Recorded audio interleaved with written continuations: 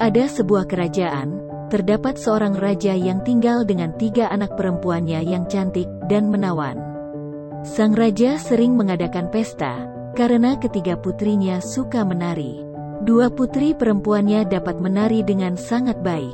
Namun, putri bungsunya tidak bisa menari sebaik kakak-kakak perempuannya. Apakah kamu tidak bisa sedikit lebih anggun ketika kamu menari, Putri Mia? Sayangnya, Putri Mia tidak bisa menari dengan anggun. Bahkan, para tamu di aula dansa melihat tariannya yang aneh, dan sampai mengolok-oloknya. Tarian macam apa ini? Mengapa dia bergerak seperti itu? Mendengar kata-kata dari para tamu, membuat Putri Mia bersedih. Aku tidak akan pernah menari lagi.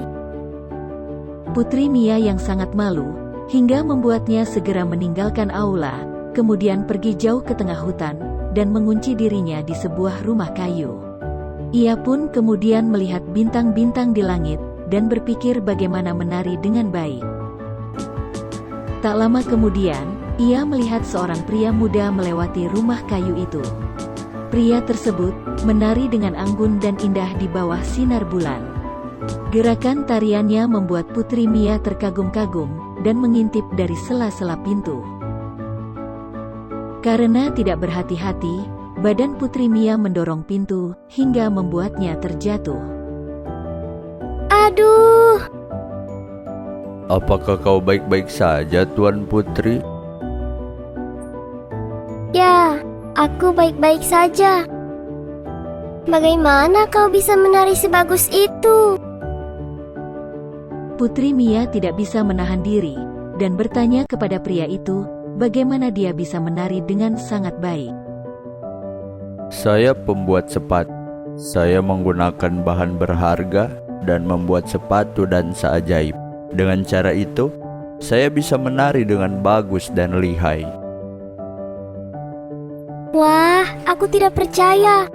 Aku membutuhkan pembuat sepatu sepertimu untuk membuatku pandai menari.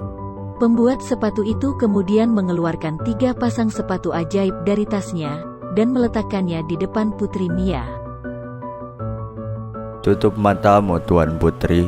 Buat permintaan dan pilih salah satu dari 3 sepatu ajaib ini untuk keberuntungan. Putri Mia segera menutup matanya erat-erat. Pembuat sepatu di sisi lain mengeluarkan 3 sepatu ajaib untuk menyuruh Putri memilihnya. Putri Mia sambil menunjuk pada sepatu berwarna merah cerah dengan jarinya.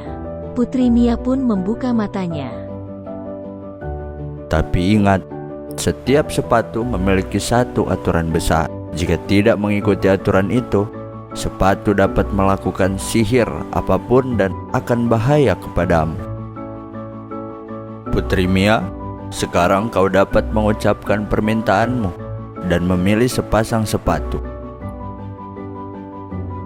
Tolong, biarkan aku menjadi gadis penari paling anggun di pesta kali ini. Ambil sepatu ini, sekarang menjadi milikmu. Tapi kau harus tahu aturannya. Tuan Putri tidak boleh menggunakan sepatu ini untuk menari saat muncul bulan purnama. Jika kau melakukan itu, maka kau tidak bisa memakai sepatu ajaib ini lagi. Putri Mia dengan antusias mengambil sepatu ajaib itu, dan pergi ke istana. Kedua kakaknya sangat terkejut, melihat saudara perempuan mereka, Putri Mia, yang begitu bersemangat dan bahagia. Mia, dari mana saja kamu? Dan itu apa yang ada di tanganmu? Bukan apa-apa, Kak. Hihihi. Beberapa hari kemudian, Raja kembali mengundang para raja dan ratu dari kerajaan lain untuk berpesta di rumahnya. Para tamu pun kembali berkumpul di aula istana. Terlihat kedua kakaknya sangat anggun menari dengan gaun yang indah. Putri Mia kemudian mengenakan sepatu merah ajaib itu. Ia mulai menari dengan anggun di aula istana. Ia menari dengan sangat indah, dan mengikuti irama lagu dengan sangat lembut. Penampilan Putri Mia membuat para tamu mengaguminya. Luar biasa, begitu anggun. Wow, dia menari dengan sangat indah. Terlalu asyik menari, membuat Putri Mia tidak melihat keadaan langit di luar istana. Ia mengira bahwa tidak akan terjadi bulan purnama pada saat itu. Namun, tanpa disangka, bulan purnama muncul. Saat Putri Mia menari, ia perlahan mulai menghilang, hingga tersisa hanya sepatu ajaibnya yang terlihat menari. Semua tamu di aula mulai berteriak ketakutan dan melarikan diri. Mengapa sepatu ini bergerak sendiri? Mengapa aku jadi tidak terlihat? Aku tidak mengikuti aturan sepatu. Sekarang, mereka menempel di kakiku. Aku harus menemukan pembuat sepatu itu. Putri Mia pun berlari ke arah jendela dan melihat adanya bulan purnama. Putri Mia langsung berlari keluar aula.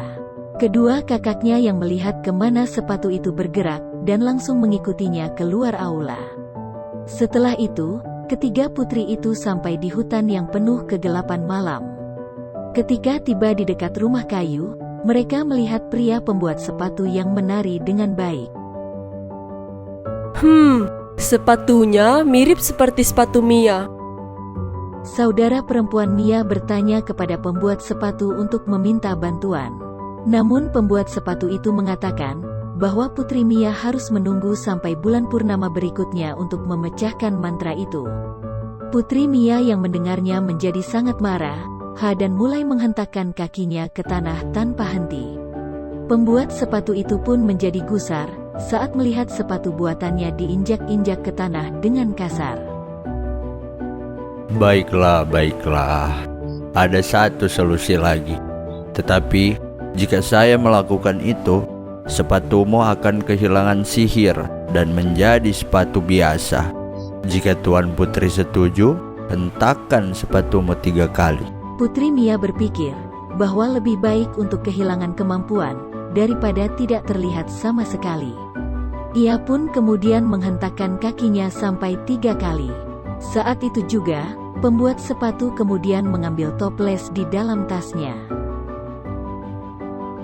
Saya akan menaburkan debu bulan purnama ini di kakimu dan mematahkan mantranya. Ketika pembuat sepatu menaburkan debu bulan purnama di sepatu ajaib, tubuh Putri Mia muncul kembali. Mia, kamu tidak membutuhkan mantra atau sihir untuk menari dengan anggun. Karena setiap orang harus menari dengan bahagia dan menjadi diri sendiri. Iya kak, kamu benar. Terima kasih pembuat sepatu. Terima kasih kak, terima kasih banyak. Sejak hari itu si bungsu, Putri Mia, menari dengan caranya sendiri seperti yang selalu dia inginkan. Ia pun bahagia karena bagaimanapun juga, sang papa dan kakak-kakaknya akan terus di sampingnya dan bahagia bersama. Dari kisah ini, ada pesan moral yang mengajarkan kita bahwa setiap manusia memiliki kelebihan dan kelemahannya masing-masing. Tak perlu mengikuti gaya orang lain untuk diterima di lingkungannya. Sebab, dengan menjadi diri sendiri dan percaya diri, kita sendiri dapat membuat gaya kita dengan khas dan unik.